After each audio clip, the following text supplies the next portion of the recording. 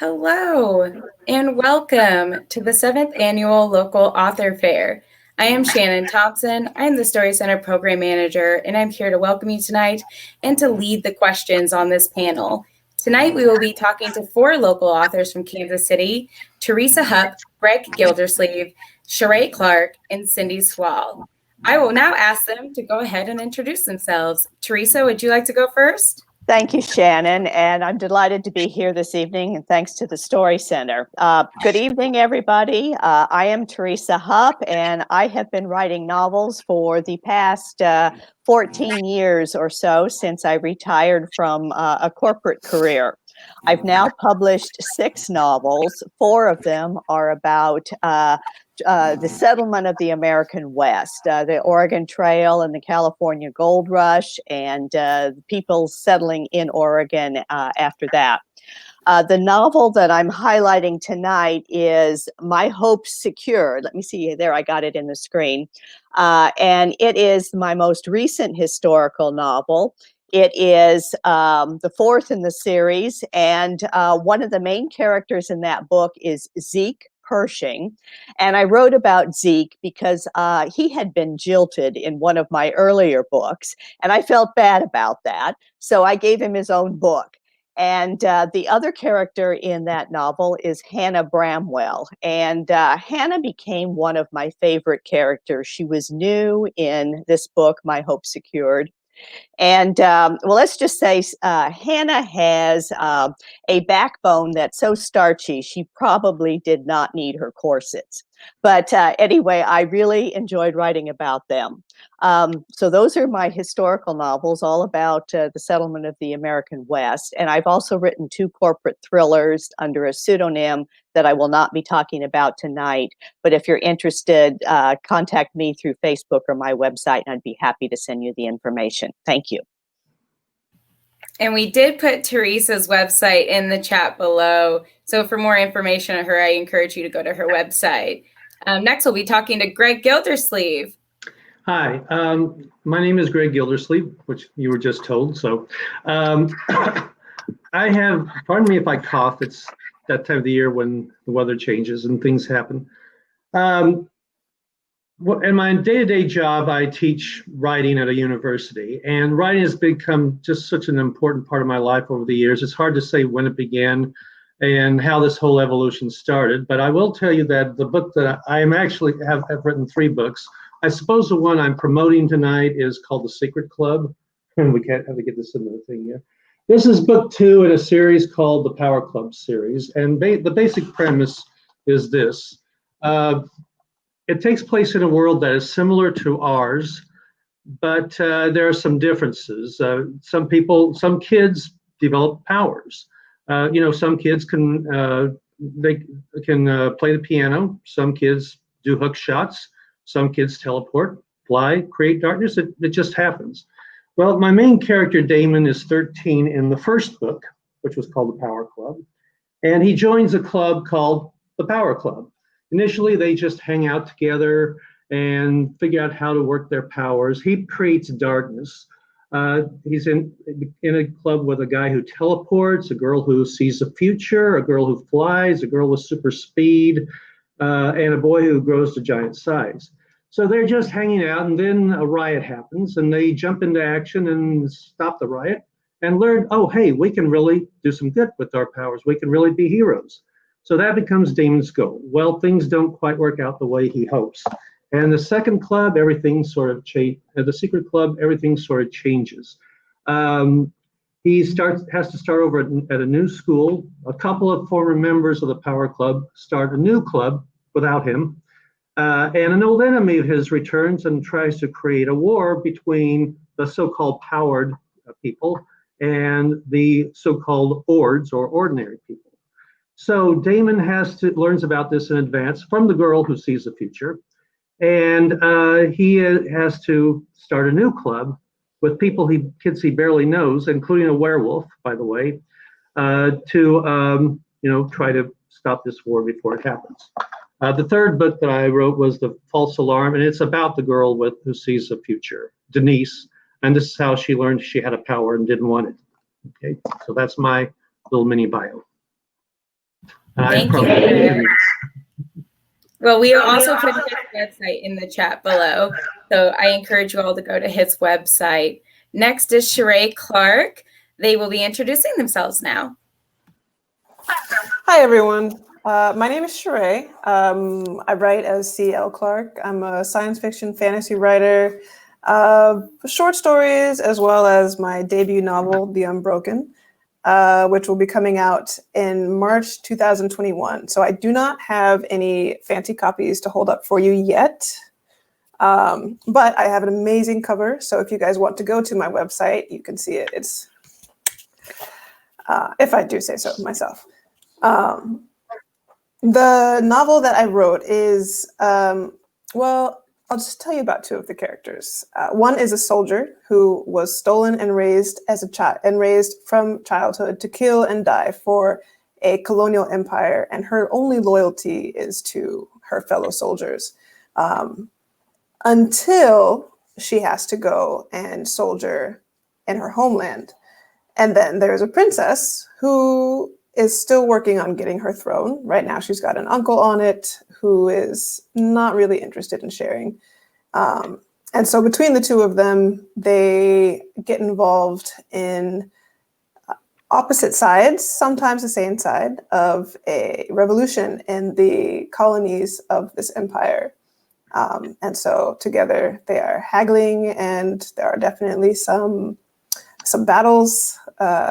So if you're interested in military fantasy or political fantasy, this is definitely, I think, a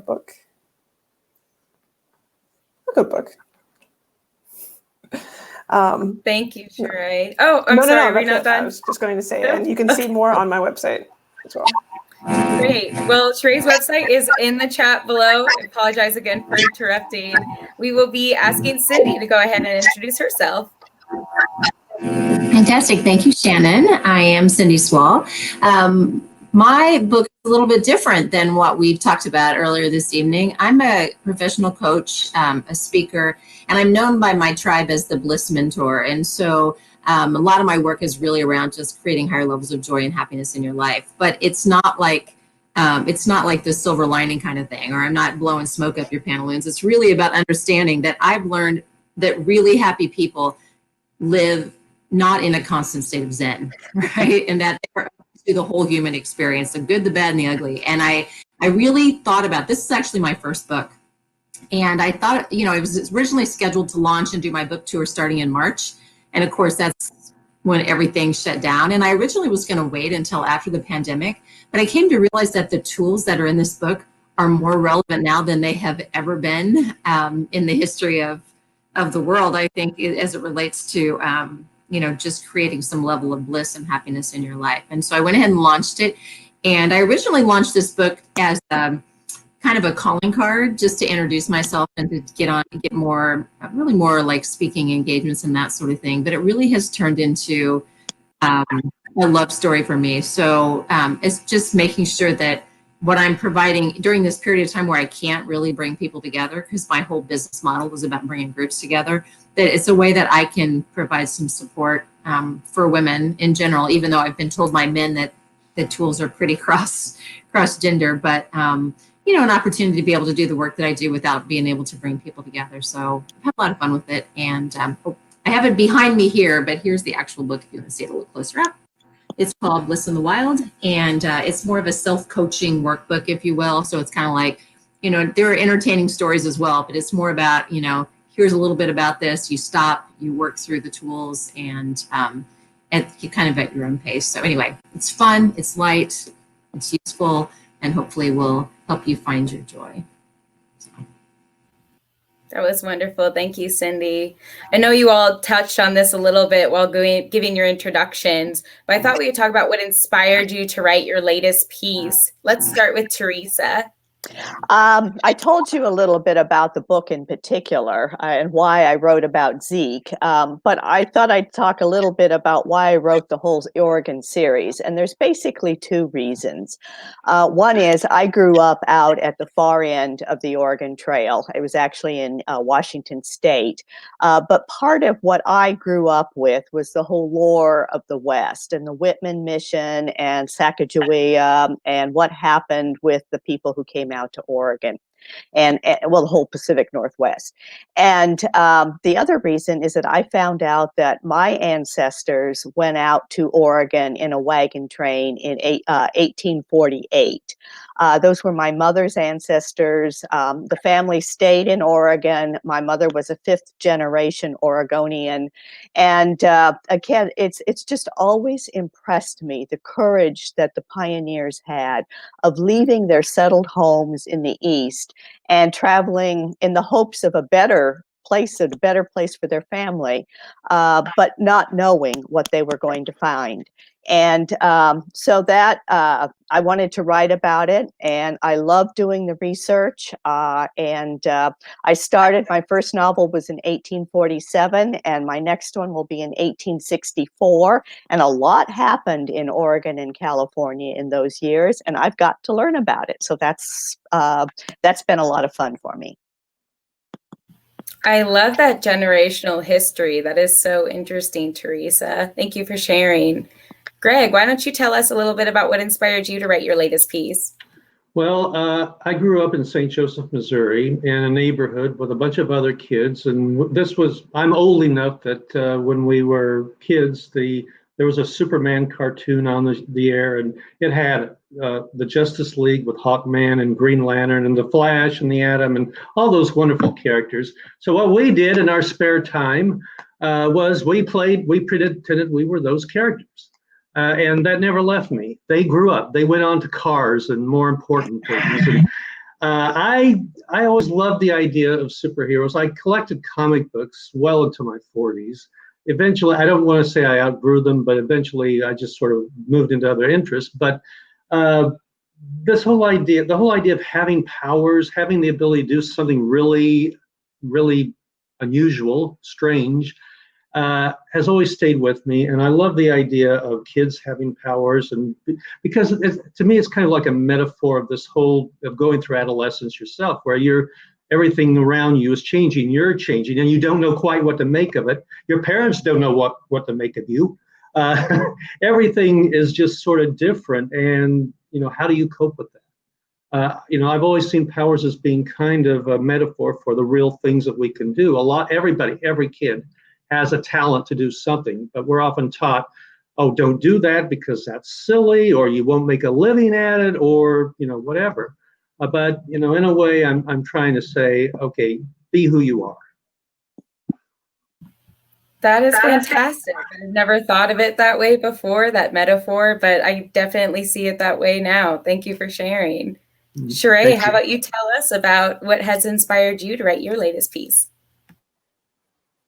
Yeah, absolutely.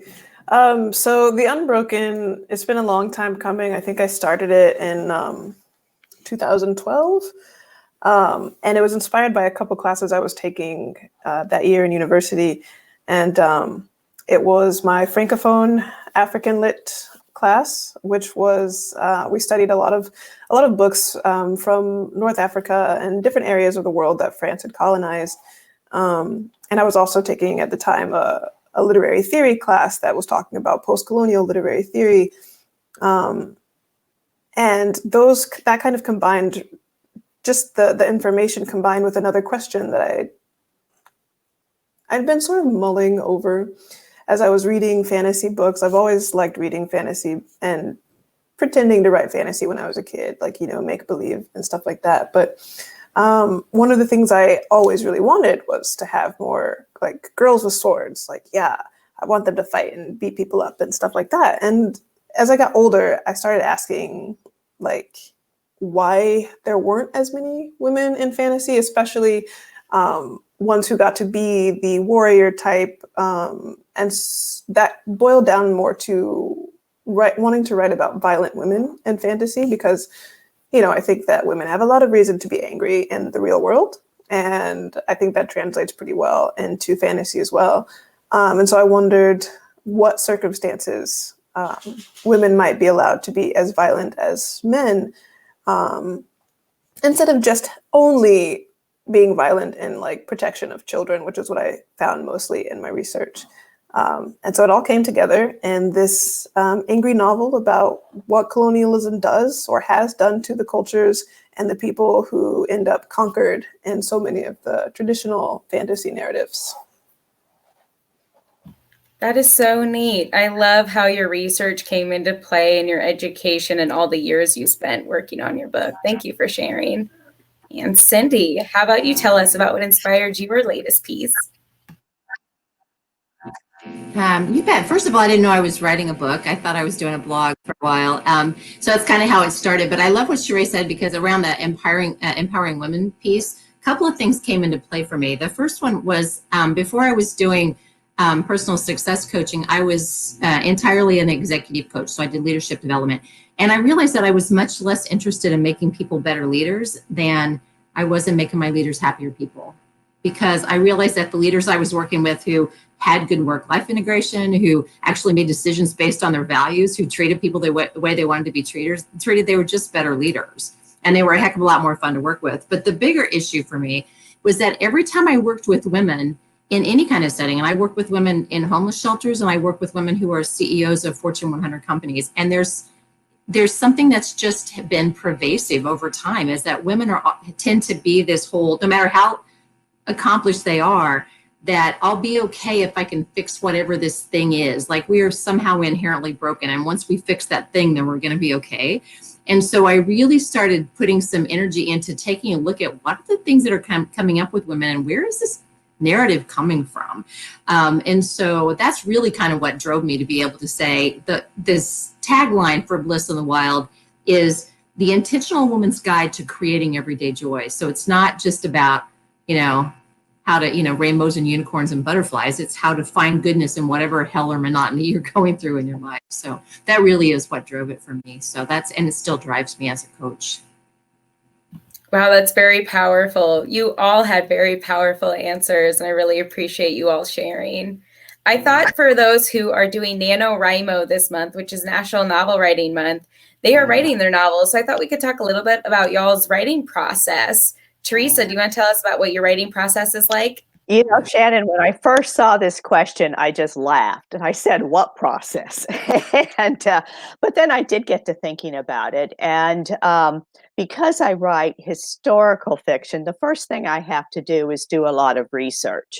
And so I try to steep myself in the year that I'm writing about for several months as I'm researching the actual history of what happened in that year, in that place, and trying to figure out how is that going to fit into a plot. And this last year, for example, I wrote a contemporary novel while I was researching 1864 in Oregon, and now I'm ready to write this next book. But I will say, with respect to writing, my process has evolved over time. There's people known as plotters or pantsers. I have been kind of in the middle. My first book I didn't know what I was doing. I wrote it as a pure pantser, and I ended up with an unholy mess that took, a couple years to edit. Then I learned I need to at least know the waypoints in the book, is what I call them. So like the turning points, the 25, 50, 75, maybe 90%, those markers in the book, so that I know what I'm shooting for. But each book I have sworn I will be a better plotter next time. I will do more. And actually, the book I'm working on now, I decided I was going to do NaNoWriMo. So I'm doing NaNoWriMo now. And I plotted it out pretty completely. And I am proud to say I have written 20,000 words in the last 5 days. So I'm really proud of myself. And now I'm wondering, what have I been doing for the past 14 years? But anyway, that's my process is evolving. I do think it's important to at least have a little structure as you go into a book. That is fascinating, and congratulations Thank you. on that word count. That's amazing. Greg, why don't you tell us a little bit about your writing process? Well, I'm kind of like Theresa. What process? My process actually changes pretty much every time I write something. I get bored with routine, so I try to do something different, or something just organically happens. But with a book like The Power Club, what happened was, well, I wanted to get into writing fiction, writing a book. And what often happens is that I start to think about what's going on in my life, or what's going on in the world, what's not right, what should be done about it. I think that a lot of writers have to start out that way. We think that with our words, we can make a difference. We can do something. Words have power. And so we try to do something. And so I start off with that general idea, something's not right. And then I just sort of brainstorm a lot of things. And I write down, I'm currently working on some ideas for a third Power Club book. And I'm working on the biographies of the characters. And I need to know everything about my characters. Well, not everything, but I need to know their birth dates, and I need to know kind of what their life has been like up until the point we encounter them in the novel. And if I do that with all the major characters, I find the plot usually takes care of itself. And then once that happens, it's just a matter of sitting down, putting your butt in your chair, and writing. You know, a lot of people think they can be writers because they come up with ideas. Anybody can come up with ideas. You have to sit down, you have to do the work, and you have to do the work consistently until it's done. Those are some excellent writing tips too. Yeah, I jumped into the later tips. That's okay. Well, thank you for sharing your writing process with us. Sheree, why don't you tell us a little bit about your writing process? Yeah, well, I agree a bit with Greg. I'm very character-centered. Like, part of so much of writing science fiction and fantasy is about the world building. But once you have like some sort of interesting idea for the world, you have to figure out who's going to be most impacted by that world, that city, that empire, that magic power, and whatever governmental structures come out of that magic power.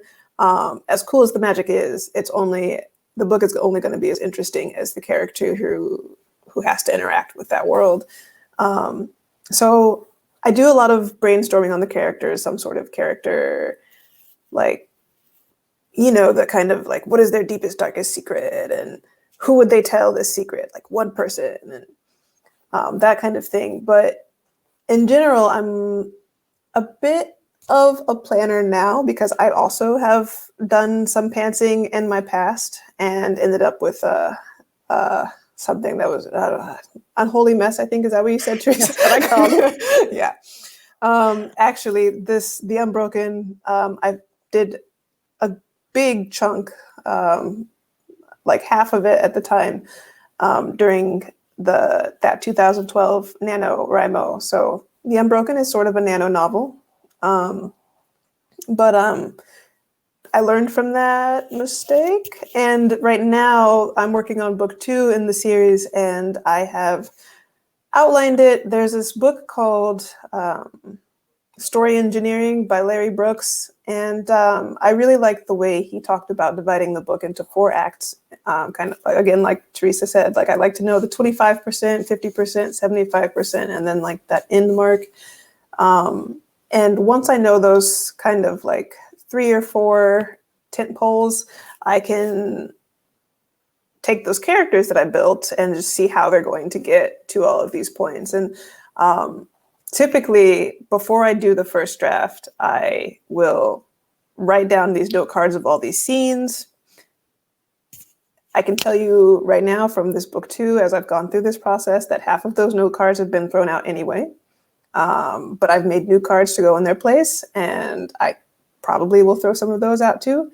But once I've got the note cards, I feel a lot freer, and I can just kind of follow my bliss. So if I decide, you know what, this scene doesn't work, but I want to have fun writing a scene like this, I have the freedom because I have the structure to get to the next points.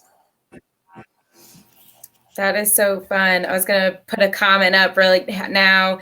Angela said, I was told a pantser and a planner is called a plantster. And I thought that was very relevant for what Sheree was saying. Cyndi, do you want to go ahead and tell us a little bit about what inspires or not inspires you? What's your writing process like? Yeah, sure. And I love that you just keep setting me up. It's like following your bliss, and so you just like keep right up. Thank you. So as I mentioned, first of all, I'm not a novelist, even though I'm very much a storyteller, and you'll see that in my writing style. But I pretty much write how I speak. But one of the things that I noticed, because I have a training and development background, and so and this book is really about like changing behavior. And so I tend to like throw a bit more of a mind map. So I tend to like throw ideas out. And if you go into my office, I have like Post-it stuff like all over. So I'm a big Post-it note girl. So in my mind, it's like, get the ideas out and start to write them. And then I can start to identify what are my broad subject categories. And so it's kind of like when I do a lot of women's retreats called Bliss Camp, and I have to build curriculum for that, and I have to have an outline and a structure to it. So that really did help me in determining my book, to be able to figure out, okay, first of all, what are my broad subject categories? So it's more like a funnel. Here, like as you put them all out there, you start to kind of move them around and go, well, that kind of has to do with that, or this is really that. Well, that really needs to come before that, because that's, what I mean? And so it really helps me to be able to kind of move it around the wall, if you will. So I actually have a visual depiction of at least the general concepts, so that I can continue to move those around. And then secondly, I wanted to make sure that as part of this, that I didn't end up with just a conceptual book that says, here's how to be happier, because that's not what I wanted. I wanted something that was tactical. I wanted tools that people could actually take away with them and do something differently than they're doing now, because that's the difference between an inspirational book and a coaching tool. And so I really wanted it to be a coaching tool. So I do spend a lot of time kind of moving all that stuff around and looking at it. Though I will say my favorite place to write, I bought a little like 10-foot vintage camper about a year ago. And I went in there one time just to kind of write some stuff down. And I found it accidentally because I was staying in a camper when I was stuck in Seattle at one point, or in Portland, Oregon for a while. And I wrote 2 full chapters when I was in this camper in a rainstorm. And the first thing I did was come home and start writing in my camper. So like the little cocoon that I have. And so if I write again, I'm definitely going to do it in my camper. So that's my new favorite place. So it's kind of like removing yourself from like if I'm in my office, then I'm working and I'm doing stuff. But in my camper, it's like my little secret place. That is so interesting. I love that you brought up changing your physical environment and how it affects your creativity, because my next question is how this changing environment has affected you. I know not a lot of us planned for this virtual landscape. This is our first annual local author fair that is virtual. And so I'm curious how your writing life has been affected, and if you have any tips for writers who are adjusting to a new type of life and how they continue to write. Theresa, why don't you answer that first? Well, because I'm retired, I probably have had less change than a lot of people through this last year. I do miss meeting with my critique group in person. We had weekly meetings in one group and biweekly in another, and we've only had Zoom this year. But I have also been fortunate that I've been able to keep focused through this year. And maybe the lack of meetings has even kept me a little bit more diligent in writing. But I've researched a book, I finished a book, edited it, and have started a new one. So I'm in pretty decent shape. But as long as I don't watch the news too much. That is a lot of work that you've accomplished. Congratulations. And Greg, how about we ask you that question? Do you have any tips for writers who are adjusting to a new life? Well, for me, writing has always been about adjusting to a new life. So if you're a writer, you will be adjusting to a new life no matter what. As far as the COVID and all that is concerned, it hasn't affected my process at all. I'm actually I'm taking a break from writing. I finished writing The Secret Club last year, and I finished working on a graphic novel earlier this year, though I'm still working with somebody to tweak it. But other than that, I've been busy doing my so-called regular job. No, it's not so-called. It is my regular job. So I've been taking a break from all that, and I've just now started to get into the groove of trying to think of another project. But as far as, adjusting to all this is concerned, for me, writing has always been an outlet. So no matter what your life is like, no matter what you're going through, writing can be the way of coping with that in some ways. That is very true. Thank you, Greg. How about Sheree? How has this new environment affected you in your writing? So it's been a bit interesting because I have a lot of moving pieces in play, including myself. So while I'm from Kansas City, I actually am, right now I'm in Pennsylvania, Philadelphia with my dad. And like my grandmother's here, so we've sort of made a little family compound, keep each other safe, keep a lot of people able to look after things. And it's also my first time working on a book under contract. So there are stresses, and I can't tell if they're like COVID world stresses or if it's just like, this book is now my job, kind of. Am I doing it right, or am I a terrible writer all of a sudden? And so there's a little bit of that, but I think that one of my most recent techniques for working on it is I've got other writer buddies who are also trying to stay in the habit. And so we meet in the morning every weekday at like 9 o'clock. We have like 10 minutes to chat and say, hey, what's up? And then all the mics go off and everybody works for an hour, another 10 minutes to chat, say bye, and then we all go off to the rest of the day. And even just knowing that they're going to be there will help me sort of get out of my head a little bit. I get a chance to maybe ask a couple questions like, hey guys, what do you think about this idea? And they're like, good, bad. And just knowing that other people are doing the same thing in the same room is, I don't know, it helps me a bit. When I'm particularly since I struggle to find things like private time, quiet time. Yeah, that is so interesting. I'm putting up a comment right now from someone who's watching. Angela says she loves the virtual writer group. And I would agree. We love virtual writer groups at the Story Center. And I think they're a lot of fun. So thank you for sharing that, Sheree. Cyndi, how about you? How have you been affected, and how has that affected your writing? Well, and I would say the COVID hasn't affected my writing so much as it is how I monetize it. So that's where I've really seen a significant difference, because I had an entire book tour scheduled across the country, of which 100% of it canceled. So that's part of it. So I started actually creating, I created a Saturday morning event that I did for about 3 months called A New Outlook on the Outbreak. And I was able to incorporate some of the tools in helping people support, but that was free, but it also got people more familiar with me. So when I launched like a virtual Bliss Camp, I did a 10-week series on different chapters of my book. And I was able to charge, $197 a person. So when you've got, 50 some people signed up for that, that can be really lucrative really quickly. And I'm not sure, you have to sell a lot of books to the cost of my book to kind of make that up. So I'm actually finding that being able to be virtual and be able to access people without having to get on an airplane or to go somewhere has been really beneficial to me, because it's allowed people to find me that wouldn't normally find me.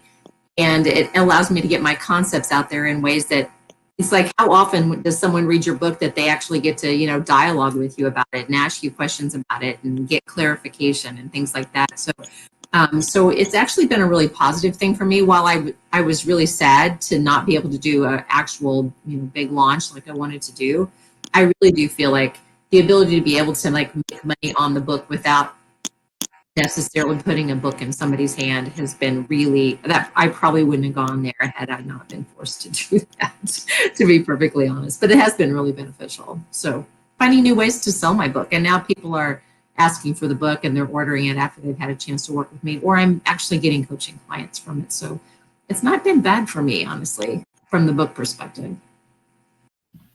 That is really interesting. Thank you for sharing. Speaking of selling books, I thought we could kind of switch gears for a second and talk about your publishing journey. How did you choose your type of publishing? Theresa, do you want to answer that first? Okay, I self-publish my books, and I chose indie publishing for really two main reasons. One is I'm a control freak. I will be perfectly honest about that, and I like to have total control over what's going into the book and what it looks like on the outside. And so I can do that. Amazon makes it very easy. I publish both through Amazon and through Barnes and Noble on their Nook Press. I found that it works well for me. The other reason is time to market. From the time you finish the book until the time people can buy it is very short when you're indie publishing. It can be a matter of days. No more than a few weeks from the final edit until you do all the formatting and have it ready to go. As opposed to a process that can take a year or two of selling the book and getting it through a large publishing house. So for me, that's worked. I'm not afraid of technology. I kind of like it. And so I'm perfectly willing to do the formatting work myself. Now, the downside is that means I do everything, or I find somebody to do it for me. And so that takes time that I could be writing, but the book is out there. And so I'm perfectly happy staying the way I'm going. That is so fun. We always love to hear from self-published authors and what they have to go through to get their book out in the world. It is so interesting. Thank you for sharing. Greg, do you want to talk about your type of publishing and why you chose that route? Sure. I originally published the Power Club, self-published it in 2013, and that was quite an interesting experience too. I was in a writers group with a bunch of people who self-published, so I learned from them, and I just did it. And False Alarm also is self-published. But then, and I really wanted to kind of broaden my audience and try to bring somebody else. I'm not a control freak. I really like to partner with people who know what they're doing, because I don't know what the heck I'm doing most of the time. So I wanted a publisher, and I was just really fortunate that I was able to pitch to an agent, and the agent liked what she heard and signed me to her agency. And that led to me being published. The publisher of the Power Club and the Secret Club is called Rogue Phoenix Press. You can see their logo on the back here. And they are mainly a digital publisher, but they do publish hard copies, which you, the author, can buy, and then you sell them to wherever you can. But it's been quite an interesting process. I've done both. Both have advantages and disadvantages, and I think right now I'm still kind of trying to decide what to do for my next project. Both are really worth pursuing. Thank you for sharing with us, Greg. It's always really interesting to hear you go down two different paths and kind of with the same project too, at least that first one. So that was really fascinating. Sheree, how did you choose your type of publishing? Well, first, I'm really fascinated by like the hybrid author model. I'm really interested in, I don't know, maybe one day.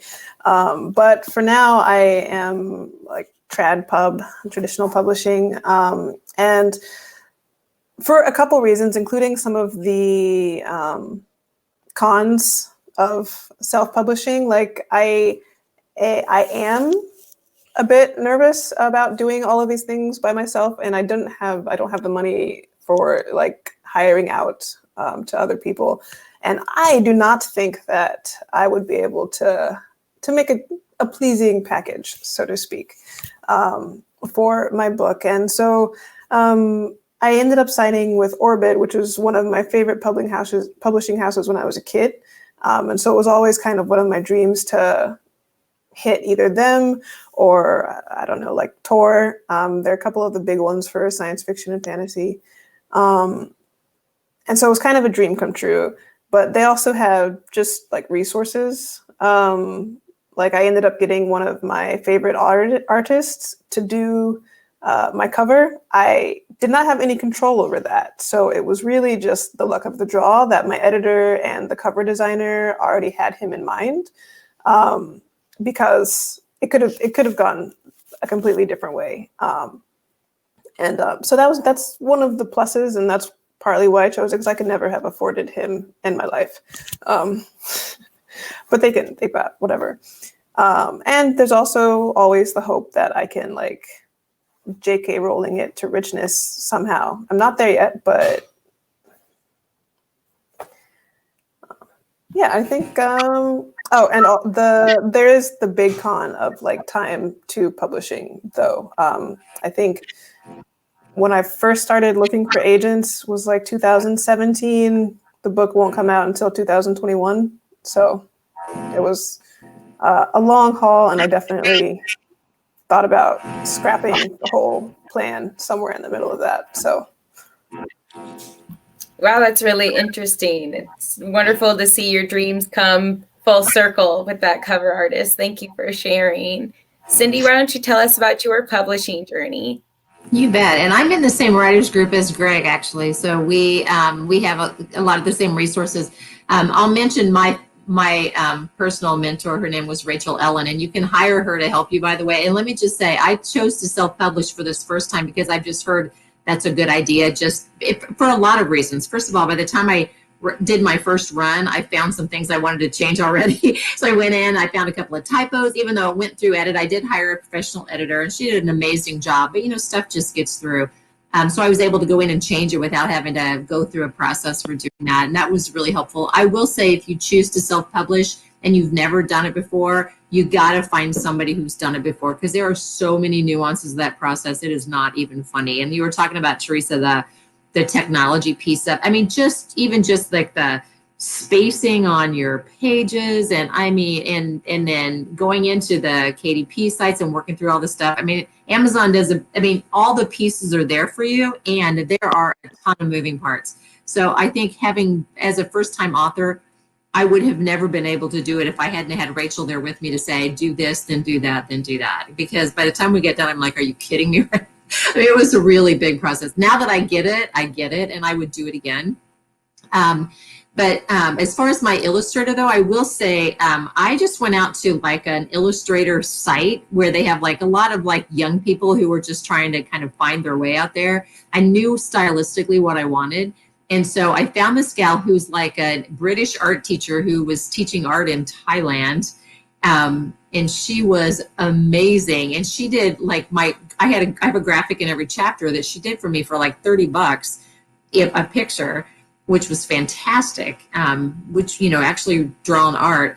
And also I would just say, don't be afraid to barter. Like some of the editing that I had done, some of the graphics that I had done, some of the web pieces and my cover design, I did coaching for people. And so, there may be some ways too, that if you're not in a financial position to hire it all done, think about what you have to offer too, and trade some of that stuff out with folks. Because there's other authors that have skill sets that can help you, and they might need something that you have. That is a wonderful tip. Thank you for sharing. I will say to those who are watching tonight, we are going to be taking questions. You can go ahead and comment with your questions below, and we will be putting them up for the authors to answer. Until we get some questions, let's go ahead and move on with another one. What are you working on now, Theresa? I mentioned I'm working on a book about Oregon again. It's set in 1864. It's the next book in my Oregon series, and it is the coming of age story of a 16-year-old boy. For anybody who has read my earlier books, if you remember little William, who was a toddler in my earlier books, he's now 16, and this will be his story. Thank you for sharing. And Greg, before I ask you what you are working on now, you did get a question from someone who's watching tonight. Have you got any comics in mind as a companion for your series? I'm not sure what you mean by a companion for the series. Can you elaborate on that a little bit? We will wait to see if they elaborate. I'll put it up on the screen. Why don't you tell us what you're working on now? Okay. As I said earlier, I'm sort of taking a break from writing, or I have been for most of this year. And I did finish writing a graphic novel, which I hired people to draw. And we finished that early this year, still doing some tweaks on it. And I'm hoping to publish that sometime within the next year. Beyond that, I was kind of on the fence as to whether I was going to do another Power Club novel, but the other writers group that I'm in right now, they kind of inspired me. And so I am currently doing that brainstorming process I described earlier to come up with some ideas and see where it goes. That is so interesting. Well, if we get an expansion on that question, I'll be putting it up here in a minute. Oh, here it is. Okay, so Heather expanded. She said, is the graphic novel based on the book? No, the graphic novel is based on a completely different thing. I don't want to go into too much detail about it, but let's just say it has to do with fallen angels wanting to get back into heaven. That sounds interesting. Thank you for giving us a little sneak peek. Sheree, why don't you tell us what you're working on right now? I'm working on book 2 of the Unbroken series. The series title is called Magic of the Lost. I can't say too much about it because that would spoil book 1, but it is exciting most of the time. It's also like head-bangingly infuriating sometimes. But I've also got a short story coming out in the fantasy magazine Beneath Ceaseless Skies. I'm not sure exactly when it's going to come out, but I will definitely put it on my website as soon as it does. I am loving all these secret sneak peeks that we are getting tonight. Thank you for sharing. Cyndi, why don't you tell us what you're working on right now? Well, so I'm not working on a book at all, but it was interesting that the person who just asked you that question, Heather McKenzie, she is a friend and brilliant artistic genius, and she's actually one who did my cover art. And so she made some recommendations to start working on some more like oracle cards and some other tools that as like addendum products that people can use to either self-coach or coach other people on the tools, things like that. I'm also working on an actual Bliss camp. So in March, I'll be bringing people together in the Lawrence, Kansas area to go through the concepts of the book. So I'll have people there for the entire weekend, COVID willing, to kind of bring it to life. So I'm really just this is a new book for me. So I'm still kind of leveraging what next steps are going to be for me. So just being creative with that. And then I'm guessing that if there is another book, it'll be probably more closely tied to like an interactive workbook that will be more, get to work on it. So that's next for me. That's really interesting. Speaking of getting creative, we got this excellent question from Darlene DeLuca, and she asked, I'm wondering how much marketing the authors do on their own or whether they use a publicist or personal assistant. Also, how do they balance writing with marketing? Theresa, do you want to answer that one first? I'll take a stab at it. Balancing writing with marketing is the challenge because particularly as a self-published writer, you have to do it all yourself. And so I am constantly torn between, do I write blog posts? Do I post ads? How much time do I spend on marketing? Writing. I'd rather write. It's just, every day I have to decide how much time am I going to write and am I going to do any marketing today? With respect to having a publicist or personal assistant, no, I have not. It's kind of a matter of maybe you make money first and then you hire them, but you need somebody like that to help you make the money. And so it's a challenge. But no, I do what I do myself. Greg, how about you? How do you balance marketing and writing? Well, that's like balancing several different balls all at once. Marketing is a full-time job in and of itself. And, I've done all the things. I did all the right things that you were supposed to do. I kept my own blog. I still have the blog, but I kept it regularly for a long time. And I did the author events and all that. And all the various things that you're supposed to do. Some things work better than others. Some things don't work at all. And as a writer, you've got to kind of decide what you're comfortable doing and what you want to spend time doing, because there's no magical formula for marketing. I did actually work with a publishing a publicist company for a while. And I was not convinced it ever led to any meaningful sales. So, I dropped that. It's just kind of, just keep doing this sort of thing over and over again. I find that's more, whether it leads to sales, I don't know. But it's much more fun to do author events like this and to do readings. I've done quite a few readings over this year, and the more of those things you do, the more confidence you build in just sitting there and reading your book to someone. So, that's my advice on marketing. I think that is excellent advice. Thank you, Greg. Sheree, how do you balance marketing and writing?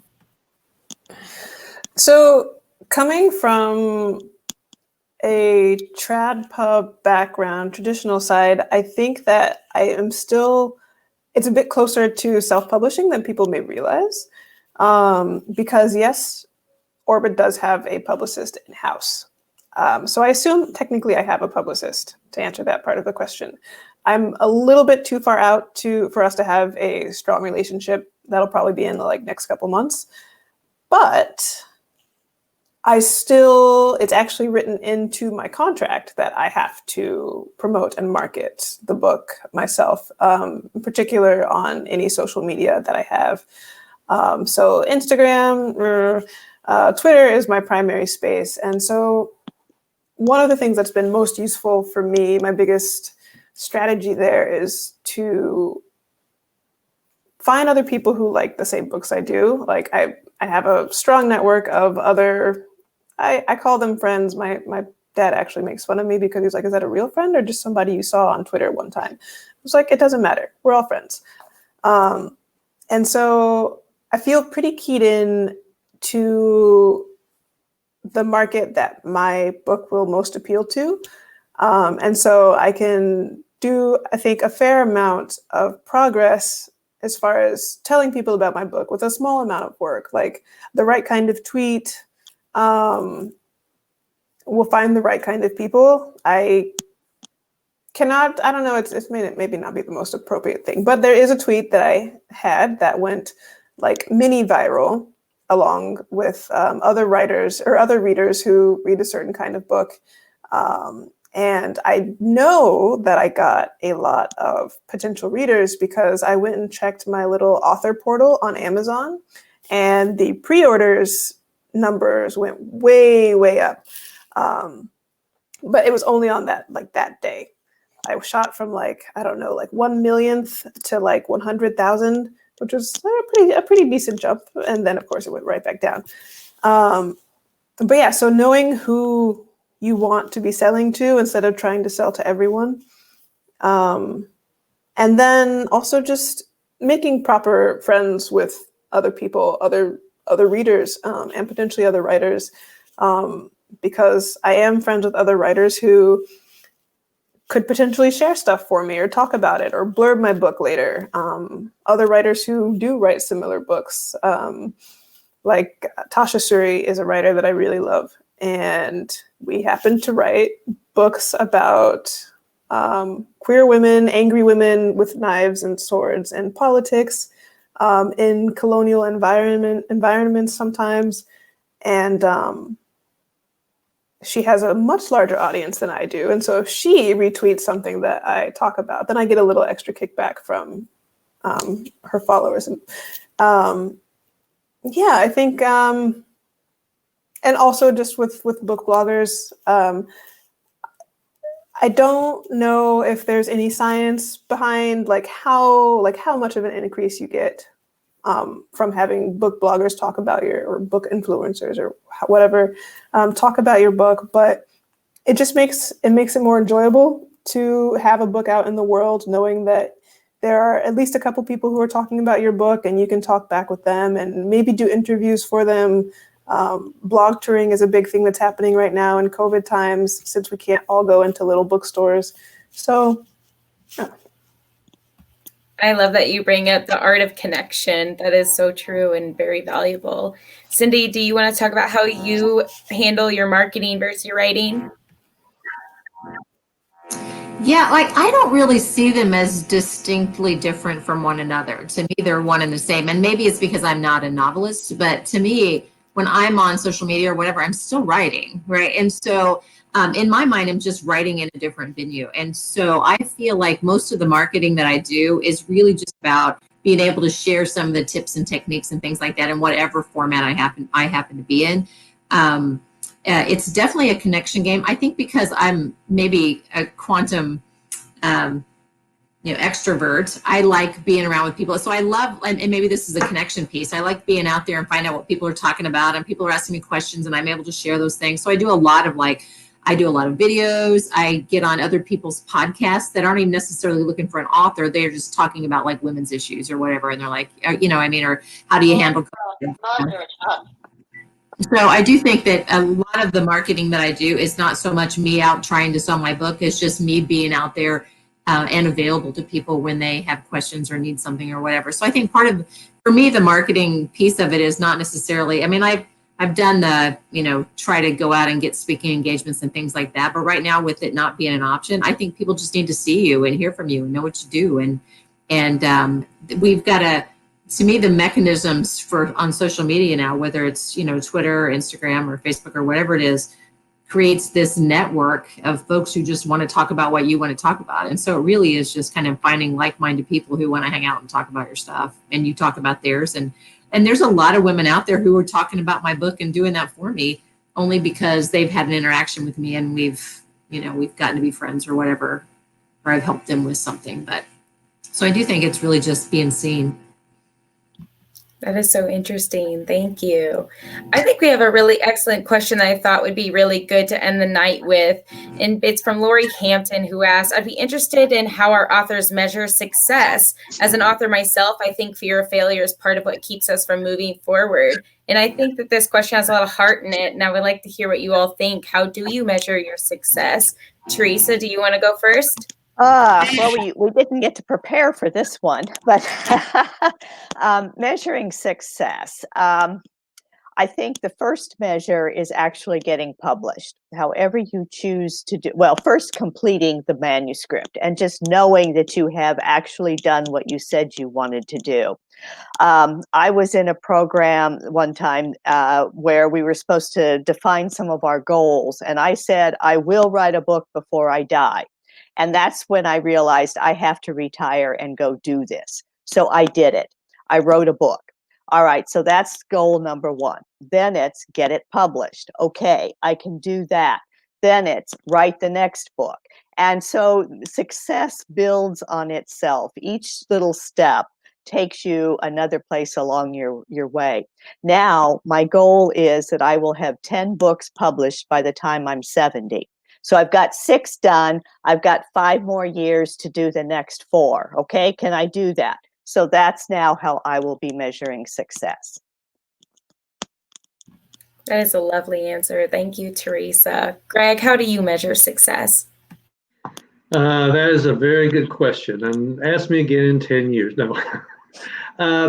I've had to redefine my ideas of success. I bought into the whole fantasy. You write a book, it's going to sell 1 million copies. You'll be rich and famous. All your problems will be over. Yeah, not going to happen that way. But success to me is pretty much like along the lines of what Theresa said. I had a goal. I wanted to publish a book. I published a book. I wanted to publish a second book. I published a second book. I wrote with it. I actually worked with an agent. I actually worked with a publisher. I actually did all those things that, seem like, pie in the sky things. And going forward, I don't have an overarching plan for my career. I have no idea what I'm going to be doing 5-10 years from now. But my next goal is to publish the darn graphic novel, which I've been working on for a very long time. And if I do that, then I will consider myself a success this time.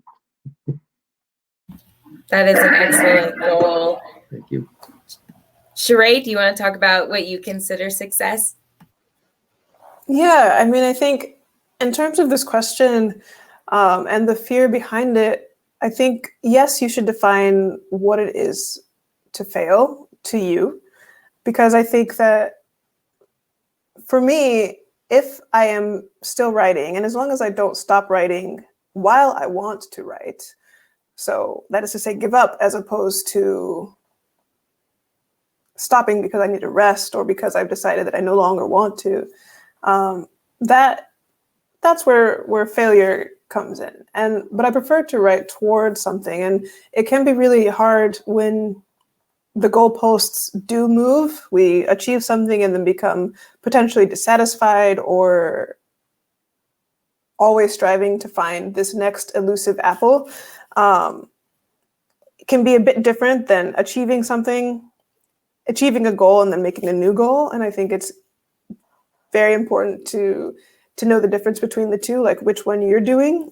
So for me, especially in traditional publishing, with the idea of having this massive audience and all becoming a bestseller and stuff, like Greg was saying, that none of that's something that you have control over. So whatever it is, pick something that you can control, whether that's finishing a manuscript or finishing 10 manuscripts, or just knowing that you can write a book and give it to people who might enjoy it, and let that be enough. But how many copies you sell, whether or not you get like an awesome movie or an award or anything like that, it's not really up to you in the end. So Thank you for sharing. I love that you brought up kind of those goals that are out of your control and to stay focused on what you enjoy. Cyndi, what is success to you? Well, one of the things that I noticed as I was listening to everyone else talk is that everybody had a different metric that they were using for how they were measuring success. So I think a big part of it too is, Darlene, is understanding what's your measure for success. Not are you measuring yourself against what other people say you should be doing, like how many books you should sell or how many books you should write or whatever the case may be.